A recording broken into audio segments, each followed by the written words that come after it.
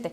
Roger, bienvenido. ¿Usted cómo ve la situación? ¿Cree que hay más camisetazos? Yo ahorita se me vino un poco, digamos, del panorama de lo que pasó en su momento en Construye, que eran una bancada bien fortalecida al principio y ahora muchos de ellos están en ADN. Muy buenos días, Carla. Como siempre es un gusto estar en este espacio. Bueno, la gran pregunta es ¿por qué justo en este momento? ¿Por qué tal vez una denuncia de posibles diezmos que pudo haberse dado durante todo este periodo legislativo justamente se presenta en este momento? Porque hay una suerte de conflicto interno que comienza a mostrarse, sumado a lo que ya hemos visto, que ciertas autoridades seccionales le dieron el triunfo, reconocieron el triunfo de Daniel Noboa. ¿Por qué en todo esto pasa en este momento? Y es porque hay una tensión entre la Revolución Ciudadana y ADN principalmente por tomar de alguna manera o lograr adherir a 19 legisladores que podrían generar una mayoría de 77 votos.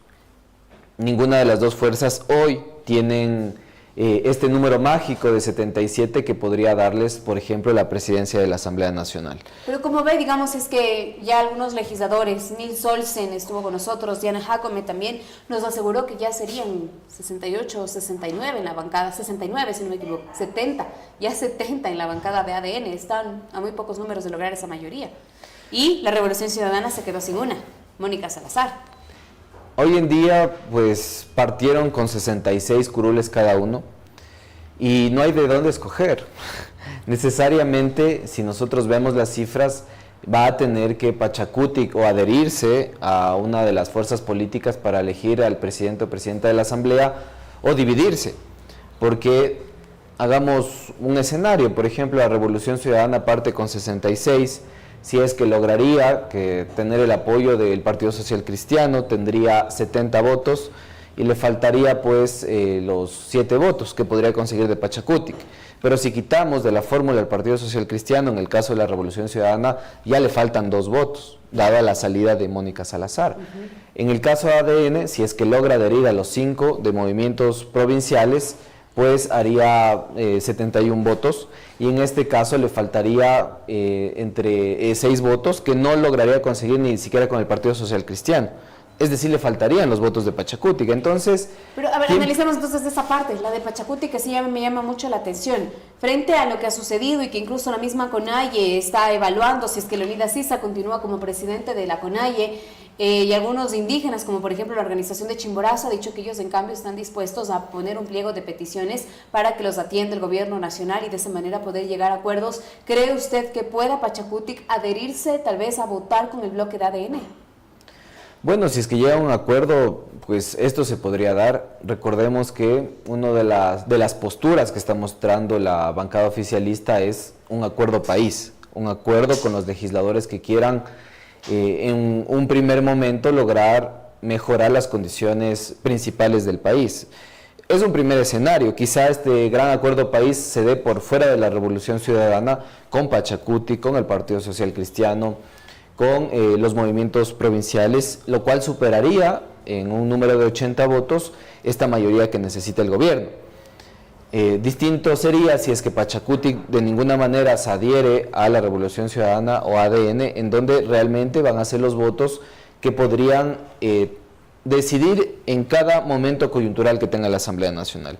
Entonces, son varios escenarios que se pueden dar.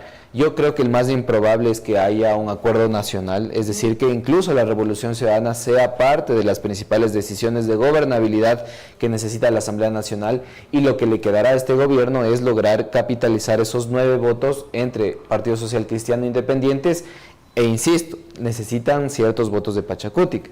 Otra cosa que usted mencionaba es la posible fractura o inicio del transfugismo político en la Revolución Ciudadana.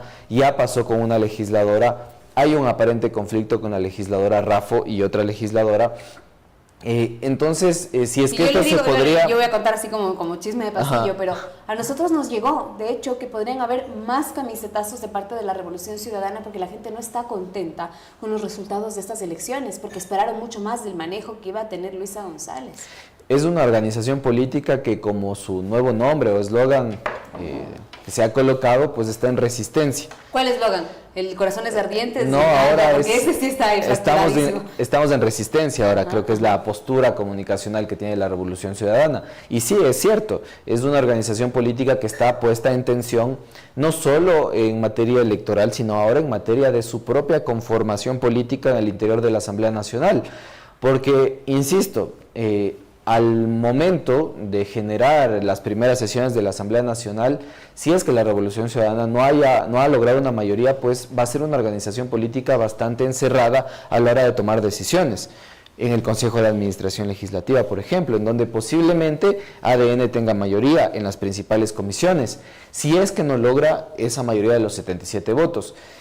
Aquí estamos frente a dos organizaciones políticas que van por el mismo objetivo, los 77. Ahora, ¿pero quién lo ve más cercano? Desde el punto de vista institucional, bueno, más cercano, pues posiblemente, como un principio de la ciencia política, el político gravita al poder. ¿Quién tiene el poder en este momento? ADN. ADN, entonces es una fuerza política que está puesta en tensión. Desde el punto de vista institucional, más allá de los acuerdos que se puedan generar para esta primera sesión del 14 de mayo, a mí me llama mucho la atención que no estemos hablando de los puntos principales de posibles acuerdos que deberían tener el gobierno con otras fuerzas políticas. De eso no se está hablando. ¿Cuáles podrían ser esos acuerdos? En primer lugar, ministerios, digamos, tal vez dentro de las alcaldías, dentro de los GATS, ¿qué podría haber? Pero no, ese no debería ser el primer punto debería ser economía. ¿Ya? ¿Por qué economía? Porque sin recurso público no podemos garantizar seguridad, no podemos garantizar gobernabilidad en los GATS, no podemos garantizar que las principales instituciones del Estado estén financiadas, como por ejemplo la cartera de educación, como por ejemplo la cartera de salud. Si es que el análisis de las bancadas no se da en función de la economía del país, creo que estaríamos arando en el mar, porque no se podría garantizar ninguna mejora de ningún criterio ideológico político, tanto de la derecha, del centro, de la izquierda, porque no hay dinero. ¿Con qué dinero se va a financiar todo aquello que prometieron nuestros políticos? Entonces, a mí me preocupa que estos posibles acuerdos no se estén dando en función de la economía del país, sino se estén dando en función de conflictos políticos. Primer conflicto político, el de la señora Mónica Salazar; segundo conflicto político, de la asambleísta Raffo, y los demás conflictos políticos que vamos a ver en estos días, ¿no? Sin duda. Ahora, ¿qué esperamos de esta primera sesión? Que a mí se me llama la atención, porque ya he escuchado que podría ser presidente primero el de Reto. Raúl Chávez. Raúl Chávez podría ser el presidente, podría ser Anabel Asín, e incluso se ha hablado de que podría ser Nils Olsen o el mismo Esteban Torres. ¿A quién le correspondería la presidencia de la Asamblea Nacional? ¿Cómo va a ser ese día de las elecciones, que creo que es importantísimo? Tomando en cuenta que si es Anabel Asín, por ejemplo, ya hay un precedente que vale la pena mencionar. Sería la madre poniéndole la banda presidencial al hijo. Bueno, la ley establece que quien dirige la primera sesión de la Asamblea Nacional es aquella cabeza de lista o de la lista más votada a nivel nacional. En este caso es de ADN, en este caso es Anabel Asín. Luego, pues, quien subdirige la primera sesión es Raúl Chávez, de la Alianza Reto Revolución Ciudadana. Y en tercer lugar, pues, como Pachacutic no logró o no pudo colocar asambleístas nacionales, pues le correspondería al Partido Social Cristiano con Alfredo Serrano. Pero eso en un primer momento de dirección de la primera sesión de la Asamblea Nacional. Pero esto no quiere decir que por ley le corresponde la presidencia a Anabel Asín. Es un tema de acuerdo político y de votos. Una de las primeras cartas que se está manifestando en los últimos días es justamente Anabel Asín, posiblemente Esteban Torres, posiblemente Nils Olsen, Diana Jácome de la bancada oficialista, y de la Revolución Ciudadana han mostrado también a Viviana Veloz como la posible candidata para que continúe en la presidencia de la Asamblea Nacional. Sabemos que hoy está ejerciendo. Pero todo depende de qué organización política logre estos 77 votos. Y ahora, más allá de eso, ¿eso se hace en la primera sesión? ¿Se puede llegar a acuerdos en una primera sesión? Debería llegarse al acuerdo en una primera sesión. Ya estarían empezando, digamos, a conversar, porque no sé si en una primera sesión de verdad se pueda llegar a ese tipo de acuerdos. El Pleno de la Asamblea Nacional es una suerte de ratificación del acuerdo que se hace previamente. A veces se cumple, a veces no se cumple. Recordemos, por ejemplo, cuando Henry Kronfle ya había un acuerdo para que sea presidente de la Asamblea Nacional, pero finalmente no fue él y fue Guadalupe Llori. Eso podría ser distinto ahora con Lasso si comparamos que Lasso llegó con 12 legisladores.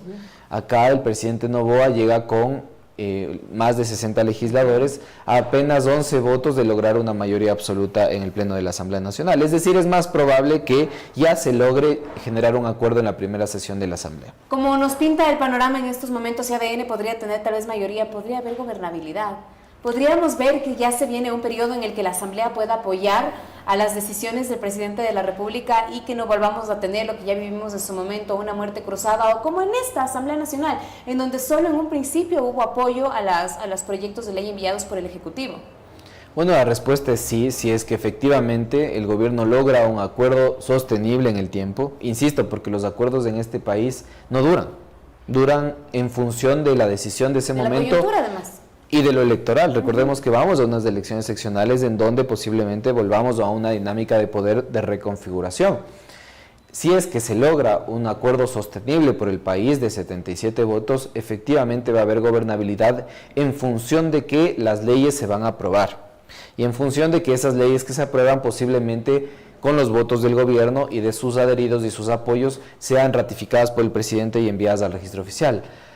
No pasaría lo mismo con aquellos proyectos de ley que pueda proponer la oposición que logren ciertos votos y que pasen al gobierno y que sean vetadas totalmente. Vamos, 17 vetos totales en este momento en este país de leyes que posiblemente unas son buenas, otras son malas, pero que finalmente han sido una pérdida de tiempo para el país porque ya están en la congeladora y difícilmente van a aprobarse. No es importante tampoco señalar, o es importante más bien señalar que la fiscalización y el control político posiblemente estén anulados en esta legislatura, dado que el gobierno va a tener mayoría. Sobre todo, para ser un poco también más claro. Claro, y es improbable que un gobierno se enjuicie o sancione a una autoridad. Posiblemente sí, claro. Sí la fiscalización, es decir, el seguimiento, el control y la observación que puedan tener los legisladores a sus ministros siga siendo importante y se dé de manera responsable, pero al menos no vamos a tener sancionados en el Ejecutivo porque es improbable. Que fue que ha sido uno de los problemas de esta Asamblea Nacional, porque, digamos, la Revolución Ciudadana se caracterizó en este periodo por llevar por delante más que aprobación de leyes, más juicios políticos. Todo el tiempo estuvieron presentando solicitudes de juicios políticos, principalmente para ministros de Daniel Noboa. Y el indicador ahí es importante. ¿Qué nos dice el indicador? Que al menos de los 30 pedidos de juicios políticos que se presentaron en este periodo, hay una efectividad de menos del 30%. Es decir, los juicios políticos o se archivaron o se quedaron en el limbo o finalmente fueron descartados por temas judiciales. Es decir, los juicios políticos en este país posiblemente sean usados como una herramienta de persecución, de presión, para ganar tiempo y que finalmente no cumplen un resultado efectivo, que es garantizar que la política pública sea eficiente y efectiva. Eso no pasa. Entonces, ahora pues el equilibrio de poderes yo creo que sí está en tela de duda, dado que podríamos tener una aplanadora legislativa que no tiene ningún freno. Ahora, ¿cómo ve también la relación Ejecutivo-Asamblea Nacional de cara a la constituyente? Porque también depende muchísimo de la Asamblea Nacional que esta propuesta de campaña de Daniel Noboa sea viable. Bueno, en este caso, de nuevo el país volverá a cambiar sus reglas del juego, más allá del funcionamiento que tenga la nueva constituyente, que es una promesa del presidente, y que él tendrá que pensar si de verdad llevarla a cabo o no, tomando en cuenta incluso los mismos recursos y que ya se vienen también elecciones seccionales. Totalmente, y que tenemos un Consejo Nacional Electoral que ya tiene que cambiarse legalmente, ya debió cambiarse parcialmente, ya debió cambiarse totalmente, no sé qué podemos esperar. Ahora tenemos ya un Consejo de Participación Ciudadana con sus miembros que están completos, pero que desafortunadamente no avanza ni siquiera en las funciones más esenciales de este Consejo, que es, por ejemplo, renovar el Consejo de la Judicatura, un Consejo de la Judicatura que, entre comillas, debería garantizar la administración de justicia, pero que finalmente... Pero tampoco lo puede hacer, pues hasta que el Ejecutivo tampoco no mande su terna.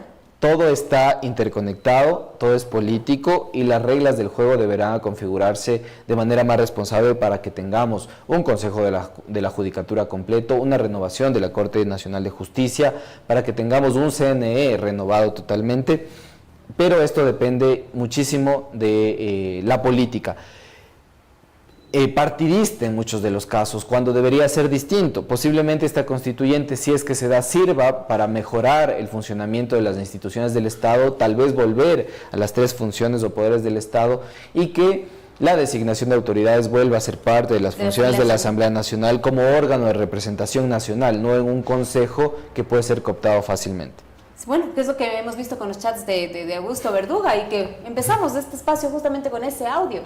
¿Cómo le perjudica ahora mismo también la credibilidad a la Revolución Ciudadana, digamos, estos audios y las decisiones que se puedan tomar en el camino? Porque nos damos cuenta a través de los audios del mismo Augusto Verduga que tenía gente hasta en la misma Asamblea Nacional. La Revolución Ciudadana es una organización política que se ha caracterizado por tener disciplina partidista. Si nosotros vemos los números, es la organización política que menos camisetas o camiseteros pues ha tenido en su historia. Ha tenido sí grandes divisiones como la que tuvo en el gobierno de Lenín Moreno, pero es una organización política disciplinada. Ahora, estos audios, estas presuntas divisiones que hay al interno de la Revolución Ciudadana muestran que es una organización política que necesita cambiar, porque si no cambia está condenada a, en ese hermetismo y en ese, digamos, en esa rigidez política que tienen, a quebrarse, si es que no se vuelve una organización política dinámica, si no distribuye y no desjerarquiza la dirección política de la Revolución Ciudadana. Creo que va a haber serias complicaciones. Creo que ya es notorio que varios legisladores no están contentos, y lo han dicho públicamente, con ciertas decisiones que se han tenido a la hora de generar la candidatura de Luisa González o a la hora de generar los cuadros políticos para las... Yo incluso escuchaba ayer que ya hay la posibilidad de que se cree hasta un nuevo movimiento con algunas de las personas que no estarían de acuerdo con cómo se está llevando en estos momentos a cabo la Revolución Ciudadana. Lo cual sería desafortunado para el país, porque una organización política más... los audios de Augusto Verduga. Y una organización política más en este país no es garantía de que las cosas vayan a mejorar, sino de que haya más división. Entonces, bueno, el llamado a esta organización política es actuar con responsabilidad, con base en sus principios, con organicidad. Después de todo, y esto es importante señalar, las personas, los ciudadanos, los ecuatorianos, hemos decidido por una o por otra tendencia, y yo creo que ese voto que se confió a los políticos debe ser coherente con las actuaciones que hagan nuestros legisladores. Desafortunadamente lo que veremos posiblemente es adhesiones totalmente contrarias al voto que dio la ciudadanía. Estemos atentos, por ejemplo, a cómo van a votar estos legisladores provinciales, a cómo van a votar los legisladores de Pachacuti, los del Partido Social Cristiano, porque muchos de esos votos fueron en contra de una propuesta. Y si se adhieren a esa propuesta, que está en contra del voto ciudadano, pues sería totalmente falsear el voto de la ciudadanía. Y ahí habría serios problemas. Claro, entré porque sabía que con ellos iba a entrar, pero definitivamente mis ideales son otros. Y no, pues es mentirle a la gente. Es mentirle a la gente, y eso se traduce en las decisiones políticas más importantes del país. ¿Qué va a pasar con los impuestos, por ejemplo? Hay gente que votó por una organización política para que ya no hayan más impuestos. Y si eso se da, pues estaríamos traicionando esa confianza que nos dio la ciudadanía. Roger, yo quiero tocar otro tema también súper importante con usted. Están haciendo seguimiento desde el observatorio tal vez a la contratación que se está haciendo dentro de la Asamblea Nacional para la compra de equipos. Esto a propósito de la última compra que se ha hecho para poder renovar las laptops, las computadoras y los curules de la Asamblea Nacional. Están verificando que, digamos, toda esta adjudicación, estos contratos estén avalados y se haya hecho mediante el CERCOP con un concurso que sea completamente lícito y transparente. Bueno, en primer lugar, hay una percepción, desde mi punto de vista, un tanto equivocada al respecto de cómo funciona la Asamblea Nacional, al respecto de su presupuesto, al respecto de su gasto. El primer dato que yo siempre doy es que nosotros como ecuatorianos invertimos menos del 1% del presupuesto general del Estado en la institución parlamentaria, en aquella institución que debe tener calidad, que es garante de la democracia, en donde se trabajan las principales decisiones. Menos del 1% del presupuesto general del Estado. Siempre se ha atacado a la Asamblea Nacional por el gasto público que puede tener. Eso no quiere decir que sea un cheque en blanco, que el gasto que debe hacer la Asamblea Nacional debe hacerse en cualquier cosa, sino que debe estar determinado por necesidades reales, como por ejemplo, una de las necesidades que puede ser es la actualización de equipos. Ahora, lo que sí es responsable de la ciudadanía es comenzar a identificar si estos contratos evidentemente son hechos en el marco de la ley, en el marco de la ley de contratación pública. Pero usted no ha podido verificar esto porque se habla de que los equipos fueron adquiridos y este contrato se cierra en la administración de Henry Kronfle. Hay que verificar cómo se ha dado el contrato, hay que revisar no solo el contrato de compra de equipos, sino y yo he insistido en esto, al respecto de cómo funciona la contratación del personal de la Asamblea Nacional. No puede ser que de los más de 1.200 contratos que hay en la Asamblea Nacional, menos del 10% sean para funcionarios de carrera y el 90% sean contratos que tienen que ver con la confianza que dan los legisladores a 4 personas cada una en su despacho. Pero hubo pues recién unas discrepancias porque Viviana Veloz quiso asegurar a algunas personas que iban muy pocos años trabajando en la Asamblea Nacional, mientras otros que iban años de años no habían podido salir de un contrato ocasional. Claro, y es un debate ahí porque la carrera legislativa que establece la Ley Orgánica de la Función Legislativa aún no se cumple, aún no se ha emitido, como manda la ley, este reglamento para la carrera legislativa, este instrumento jurídico que permitirá generar mejores condiciones institucionales de la Asamblea Nacional. Hoy por hoy, si hay una nueva disolución de la Asamblea Nacional, quedarán menos de 50 personas, 50 o 60 personas, porque muchas de ellas, de un número de 100, ya están en un proceso de jubilación y retiro. Entonces, la Asamblea Nacional se convirtió en una institución de paso para los políticos. Pasan los políticos, llegan nuevas personas, se van, e incluso hay un grave problema con la información que queda en el repositorio de la Asamblea Nacional. Muchas veces quienes son secretarios o prosecretarios de comisiones, esa información se pierde y son denuncias de propios funcionarios que trabajan en la Asamblea Nacional. Entonces, yo sí quisiera decir algo: quien presida la Asamblea Nacional en el próximo periodo debe ser responsable con la institución y debe generar mejores condiciones para que la institución a futuro pueda fortalecerse y no dependa en función del político que esté de turno. Le pregunto esto porque yo vi una denuncia principalmente de Ana Galarza, donde decía que este último contrato que se habría realizado para la compra de las laptops y el poder comprar curules era un concurso que estaba trucado. Entonces, y no solo eso, Carla, si nosotros comenzamos a verificar la contratación de la Asamblea Nacional, por ejemplo, vemos contratos de $50,000 que se dieron en la época del expresidente Cronfle, en donde se buscaba mejorar la interacción ciudadana con la Asamblea Nacional. ¿Cuál ha sido el resultado de ese contrato? $50,000 en eso, y eso no se ha observado. Hay que tener más atención al respecto de cómo funciona la Asamblea Nacional. Es una institución que no goza de la confianza ciudadana, y si es que estas decisiones aún más ahondan en esa desconfianza, creo que es responsabilidad de la próxima administración mejorar ese tipo de procesos. Y transparentarlos para evitar justamente todo este tipo de querellas. Roger, yo quiero agradecerle muchísimo, expectante, seguramente lo tendremos de nuevo aquí, de cara pues a ver cómo se conforma esta Asamblea Nacional, las comisiones, las autoridades y cómo será esta próxima sesión, de la cual obviamente nosotros aquí en Visionarias les tendremos todos los detalles. Así que muy amable, gracias por estar junto a nosotros. Gracias, Carla, como siempre un gusto estar con ustedes. Claro.